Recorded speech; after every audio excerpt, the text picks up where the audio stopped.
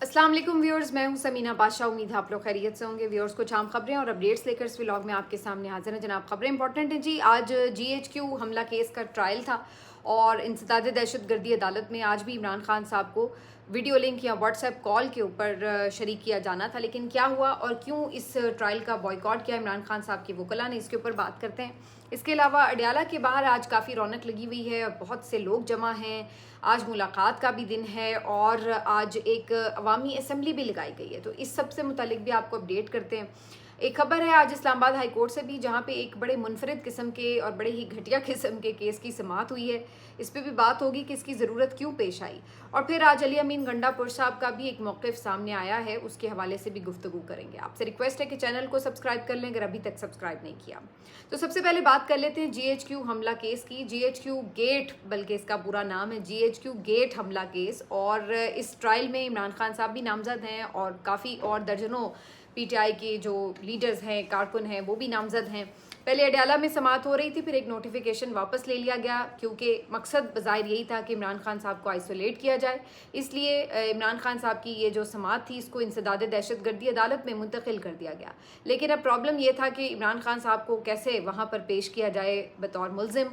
तो उसका हल ये निकाला गया कि वो अदालत जो कभी इस बात के ऊपर इतनी कंफर्टेबल नहीं रही और ना हुकूमत कभी इसके बारे में कोई मुतल्लिका सहूलियात फ्राहम कर सकी कि उन्हें वीडियो लिंक पे पेश किया जाए। जब इमरान खान साहब की टांग में गोली लगी थी और वो ज़मानतों वगैरह के सिलसिले में पेश नहीं हो सकते थे, तो वो कहते थे कि उन्हें वीडियो लिंक पर ले लिया जाए। लेकिन उस वक्त बड़ा शदीद प्रेशर होता था कि नहीं जी, वो खुद ही पहुँचेंगे तो ज़मानत का केस सुना जाएगा।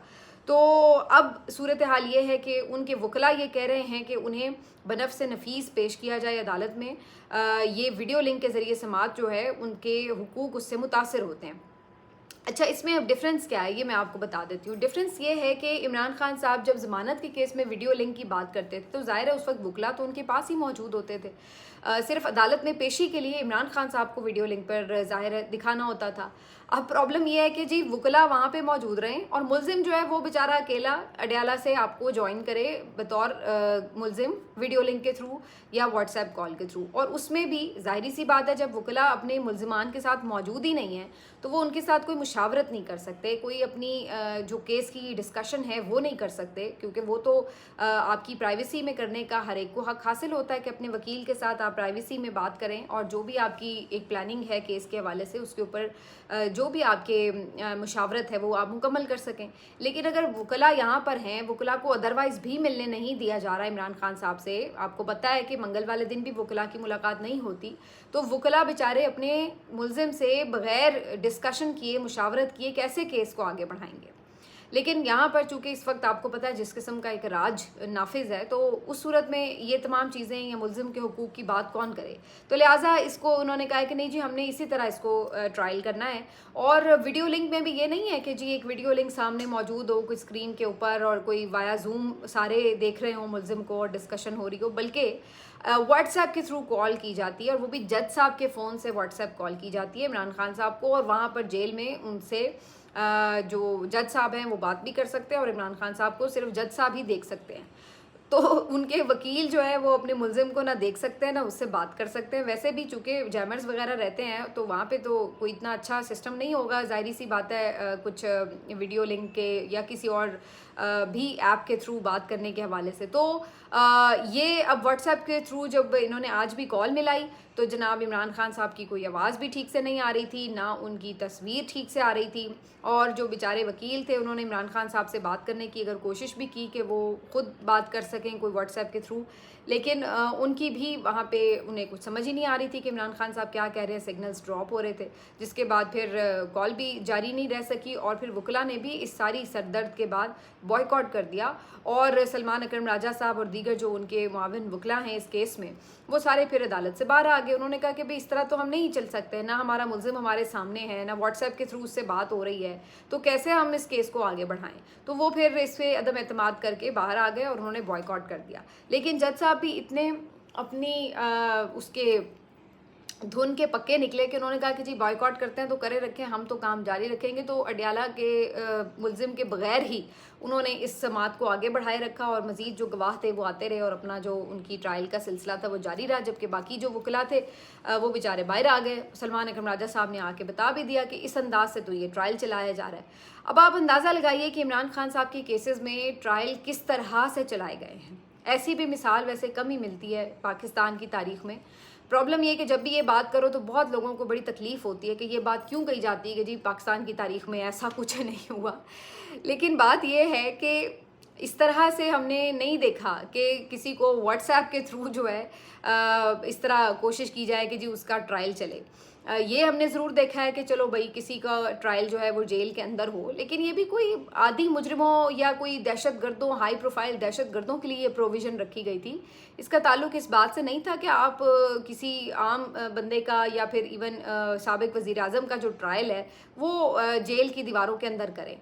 अगर आप देखें तो बुनियादी तौर पर ये हर मुल्ज़िम का हक है कि उसका एक ओपन ट्रायल हो। ओपन ट्रायल का मतलब ही ये होता है कि आप उसको फिज़िकली ज़ाहिर है कोर्ट के अंदर पेश करते हैं जज के सामने, और उसके बाद उसकी फैमिली, उसके जो वकला हैं और मीडिया है या कोई भी जो भी आम शहरी जाकर उस ट्रायल को देखना चाहे, उसकी शफाफियत को जांचना चाहे तो वो अंदर जा सकता है और वो देख सकता है। लेकिन टोटली इमरान खान साहब को इस हक से महरूम रखा गया। उन्हें किसी अदालत में पेश नहीं किया गया। जब से वो गिरफ्तार हुए हैं उसके बाद से उनकी जितने भी ट्रायल हुए हैं, उनको सज़ाएं भी हुई हैं, जो कुछ भी हुआ है वो सब अडयाला जेल के अंदर हुआ है। और उसमें भी ये नहीं मुमकिन बनाया जा सका कि तमाम जो उनके वकला हैं वो जा सकें, बल्कि हमेशा इसमें पिक एंड चूज़ किया गया। कभी फैमिली अंदर नहीं जा सकी, कभी वकला कुछ चले गए, कुछ नहीं जा सके। मीडिया के नुमाइंदों के साथ भी यही सूरत हाल रही कि कुछ लोगों को पहले शुरू में जाने की इजाज़त थी, फिर उसके बाद उनको भी नहीं इजाज़त रही, फिर बिल्कुल ही 2 3 4 कोई सिलेक्टिव लोग रह गए, सिर्फ वही जा सकते हैं। तो इस तरह के ट्रायल को आप किसी भी सूरत कोई एक ओपन ट्रायल तो नहीं कह सकते। और तीसरी बात ये कि अब वहाँ से भी एक कदम आगे बढ़ते हुए सूरत हाल यहाँ तक चली गई है कि जी वहाँ पे भी नहीं जाके ट्रायल होना, अब आप जी व्हाट्सएप कॉल के ऊपर इमरान खान का ट्रायल करें। तो ये सारी जो चीज़ें हैं ये इमरान खान साहब के बुनियादी हुकूक जो हैं ये उनको सलब करने के मुतरादिफ है कि उनको उनके लॉयर से मिलने ना दिया जाए, उनका जो ट्रायल है वो ओपन कोर्ट में ना हो। और अब ये आप देख लीजिए कि आज चूँकि मुलाकात का भी दिन है तो उनकी बहनें और उनके वकला, उनके पार्टी लीडर्स आज वहाँ पे पहुँचे हैं इमरान खान साहब से इज़हार यकजहती के लिए। और ज़ाहिर है फैमिली की और वकला की मुलाकात तो होनी चाहिए, लेकिन आज के रोज़ भी दूर ही फैमिली को रोका गया और उनको अंदर नहीं जाने दिया गया, आगे नहीं जाने दिया गया। जिसके बाद उनकी बहनें जो कि हमेशा की तरह पहुंचती भी हैं और पूरी एफर्ट भी करती हैं कि उनकी मुलाकात हो सके, तो वो बेचारी फिर पैदल चलकर मार्च करती हुई अडयाला तक जा रही हैं। और वैसे पिछले कुछ अरसे में ये देखा गया कि अब काफ़ी तादाद में जो कारकुन हैं वो उनको ज्वाइन करना शुरू हो गए हैं। तो आज भी खासी बड़ी तादाद है कारकुनों की, बिल्कुल एक ऐसा लग रहा है कि कोई जुलूस निकाला गया या कोई छोटा मोटा जलसा है जिसके लिए सब इकट्ठे हुए हैं। तो खासी तादाद है कारकुनों की भी। उसकी एक वजह यह भी है कि पिछले कुछ अरसे में आलिया हमजा साहिबा ने भी इस बात को यकीनी बनाया है कि इमरान खान साहब की पेशियों के मौके पर और ख़ास तौर पे मुलाकात के दिन जो मुख्तलिफ अवामी नुमाइंदे हैं, पंजाब असम्बली के अरकान हैं, टिकट होल्डर्स हैं, वो यहाँ पे पहुँच सकें, अपने कारकुनों को लेकर, टीम्स को लेकर पहुँच सकें, ताकि उनकी बहनों को ये एहसास रहे कि उनके जो पार्टी के लोग हैं वो उनके साथ हैं, नंबर 1। और नंबर 2 ये कि वहाँ पर अगर कोई नाखुशगवार वाक़या पेश आता है तो ऐसा नहीं हो कि इमरान खान साहब की बहनें अकेली और कोई भी कुछ भी उनके साथ वहाँ पे रवा रखे। तो उसके बाद अब ये देखा गया है कि ज़ाहिर है अगर कारकुन यहाँ पे पहुँचते हैं, असम्बली के जो MPs है वो पहुँचते हैं, तो एक प्रेशर भी होता है कि जी यहाँ पे इतने लोग जमा हैं, तो उसका भी एक असर नज़र आता है कि शायद कोई मुलाकात ही करवा दी जाए इसी वजह से कि जी ये इतने लोग आके बैठे हुए हैं। और बाज़ औक़ात वो काफ़ी देर रात गए तक धरना भी देते हैं। तो आज भी पंजाब असम्बली के जो तकरीबन 100 से ज़ायद अरकान बताए जा रहे हैं कि पहुँच रहे हैं, पहुँच चुके हैं अडयाला जेल के बाहर। तो ज़ाहिर है एक पूरा काफ़िला ही बन जाता है, 100 अरकान अगर आते हैं तो अपनी गाड़ियों में, और फिर उसके बाद कारकुन भी आए हुए हैं। और यहाँ पर एक अवामी असम्बली लगाई गई है। आज प्लान के मुताबिक ये पहले से ही 1-2 दिन पहले से ही कम्युनिकेट कर दिया गया था कि यहाँ पे एक अवामी असम्बली लगाई जाएगी। मकसद यही था कि यहाँ पर जो तमाम इनके MPs वगैरह हैं वो इकट्ठे हों, टिकट होल्डर्स इकट्ठे हों और वो मिलकर यहाँ पर जो इस वक्त एक इमरान खान साहब की कैद है उसके ऊपर मज़म्मत कर सकें, उनका जो जेल ट्रायल है, जो उनको बुनियादी हुकूक हासिल नहीं है उसकी मज़म्मत कर सकें और उनकी रिहाई के लिए आवाज़ उठा सकें। और साथ ही साथ इस बात का मुतालबा कर सकें कि उनके वकला और उनकी बहनों की मुलाकात उनसे हो। करवाई जाए। तो ये आज काफ़ी वहाँ पे माहौल जो है वो गर्म नज़र आ रहा है, नारे लग रहे हैं, उसके साथ साथ जो मार्च है वो हो रहा है, साथ में जो अवामी असम्बली है उसकी कार्रवाई शुरू हो गई है, वहाँ पर उनकी बहनें भी मौजूद हैं, तो उनके इमरान खान साहब के हक़ में तकरीरें भी की जा रही हैं, जो जुल्म हो रहा है उसकी मजम्मत भी की जा रही है। तो ये सारी वहाँ पे एक एक्टिविटी जो है वो इस वक्त नज़र आ रही है, जिससे पता ये चल रहा है कि 2 साल गुजरने के बाद भी ऐसा नहीं है कि उनके पार्टी के लोग या इमरान खान या उनके कारकुनों के दरमियान कोई गैप है, बल्कि आज भी जो उनके कारकुन हैं वो उसी तरह वहाँ पर आते हैं, और अडियाला जो है वो उनके लिए एक ऐसा मरकज़ बन चुका है जहाँ पर वो खींचे चले आएँ और जाकर वहाँ पर बैठें और अपने कायद से मिलने की कोशिश भी करें और उनके लिए आवाज़ भी उठाएं। आज अलीमा खान साहिबा ने भी जो मीडिया से कुछ गुफ्तगू की है वो भी बड़ी इंपॉर्टेंट थी, जिसमें उन्होंने बात की कि ये जो तोशा खाना ट्रायल है ये तो तकरीबन ख़त्म हो चुका है, इसमें तो कोई फ़ैसला सज़ा का सुनाना ही नहीं चाहिए। और दूसरा उन्होंने ये बात भी की कि जिस तरीके से GHQ ट्रायल हो रहा है, अब ये कोई ट्रायल का तरीका तो नहीं है, ना इसमें कोई तकाज़े शफाफ ट्रायल के पूरे हो रहे हैं। इसके अलावा उन्होंने ये जो वादी तीरा में वाक़या पेश आया उसके हवाले से भी काफ़ी खुलकर मौक़िफ़ दिया, और उन्होंने कहा कि बहुत तकलीफ़ हुई उन्हें बच्चों की इस तरह की वीडियोस देखकर। और अब तो ये मेरा ख्याल है कि बात ऑफिशियली कंफर्म हो गई है कि ये मैं इसलिए ऑफिशियली कह रही हूँ क्योंकि जो सूबे का मुतल्लिका वज़ीर आला है वो ख़ुद इस बात को कह रहा है कि जनाब वहाँ पर कोलेटरल डैमेज हुआ है और जो बमबारी हुई है उसके नतीजे में ये लोग बेचारे जाँ भाग हुए हैं। तो इसका मतलब क्या हुआ कि वो इस बात को कंफर्म कर रहे हैं कि वहाँ पर जो कार्रवाई है वो फोर्सेस की कार्रवाई थी, जबकि आज अगर आप पाकिस्तानी अखबारात देखें, मैं जंग अखबार को देख रही थी, उनकी सुर्खी लगी हुई है कि जी दहशत गर्दों का जो ठिकाना है वहाँ पर एक ब्लास्ट हुआ और उसके नतीजे में जी 14 दहशत गर्द हलाक हो गए। तो वो इस तरह की जो है वो लगा रहे हैं। ARY की एक मैं देख रही थी कि ब्रेकिंग टैम्पलेट काफ़ी वायरल थी सोशल मीडिया पर, जिसमें वो भी इन मरने वालों को जा भाग या शहीद कहने के बजाय हलाक भी कह रहे हैं, और वो कह रहे हैं कि ये तो दहशत गर्द थे जो मुबैना तौर पर इसमें सारे मारे गए।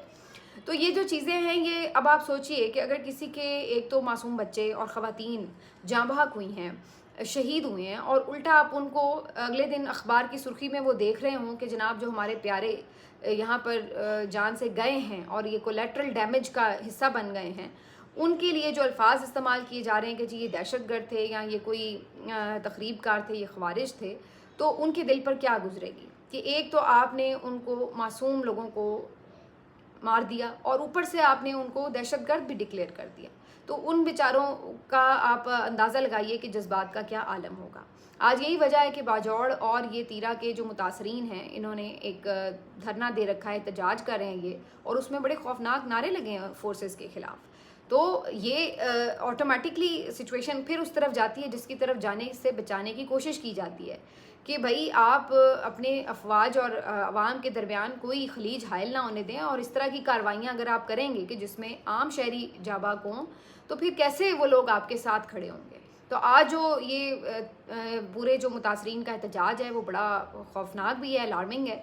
उन्होंने तो कल ये तक भी ऐलान किया था कि वो कोर कमांडर हाउस का मुहासरा करेंगे जाकर, लेकिन अब सूबाई हुकूमत भी बीच में आई है और उन्होंने भी कोशिश की है कि इस मामले को अपने हाथ में लें। और अली अमीन गंडापुर साहब ने भी जो आज गुफ्तगू की, उन्होंने इसमें इस बात को कंफर्म किया कि ये कैसे इसको डिफेंड किया जा सकता है कि अगर हमारे जो आम शहरी हैं वो इसमें शहीद हो रहे हों। उन्होंने अगरचे इमदाद वगैरह का ऐलान किया, लेकिन वो समझते हैं कि ये कोई परमानेंट हल तो नहीं है। तो उन्होंने अब कहा है कि इस हफ्ते में वो नाम भी देंगे उन ख़ास लोगों के कि जो अफ़गान हुकूमत से जाके गवर्नमेंट टू गवर्नमेंट लेवल पर बात कर सकें।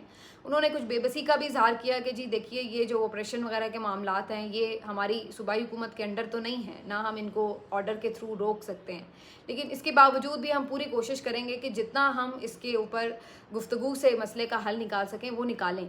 और उन्होंने यही कहा कि हमारा और इमरान खान का शुरू से ही इसके ऊपर यही मौक़िफ़ रहा है कि बातचीत के ज़रिए ही इस मसले का हल निकाला जा सकता है, वरना तो ये एक अनएंडिंग वॉर है जो चलती रहती है। तो अली अमीन ने आज ये बात की, साथ में उन्होंने ये भी बात की है कि जो खैबर पख्तूनख्वा से भरपूर एक इज्तिमा होने जा रहा है पेशावर में, जिसमें बाकी सूबों के लोगों को भी दावत है कि वो भी यहाँ पर आएँ और इस जलसे का हिस्सा बने 27 सितंबर के।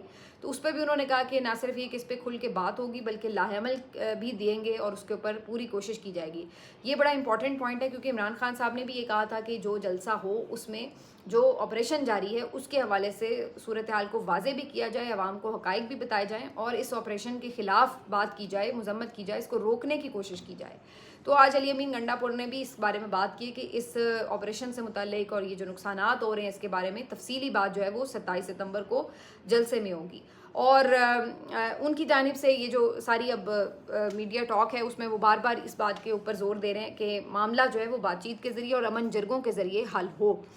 अब आ जाते हैं जी, जो एक अहम केस आज लगा इस्लामाबाद हाई कोर्ट में, जिसके ऊपर आज बात करते हुए भी शर्मिंदगी महसूस हो रही है कि हमारा निज़ाम इंसाफ भी और हमारा ये निज़ाम हुकूमत भी किस लेवल पर आ चुका है। आप अंदाज़ा लगाइए कि किसी सियासी मुखालिफ को नीचा दिखाने के लिए, उसको ह्यूमिलिएट करने के लिए, उसकी तज़हीक करने के लिए आप मतलब किसी भी लेवल पर चले जाते हैं।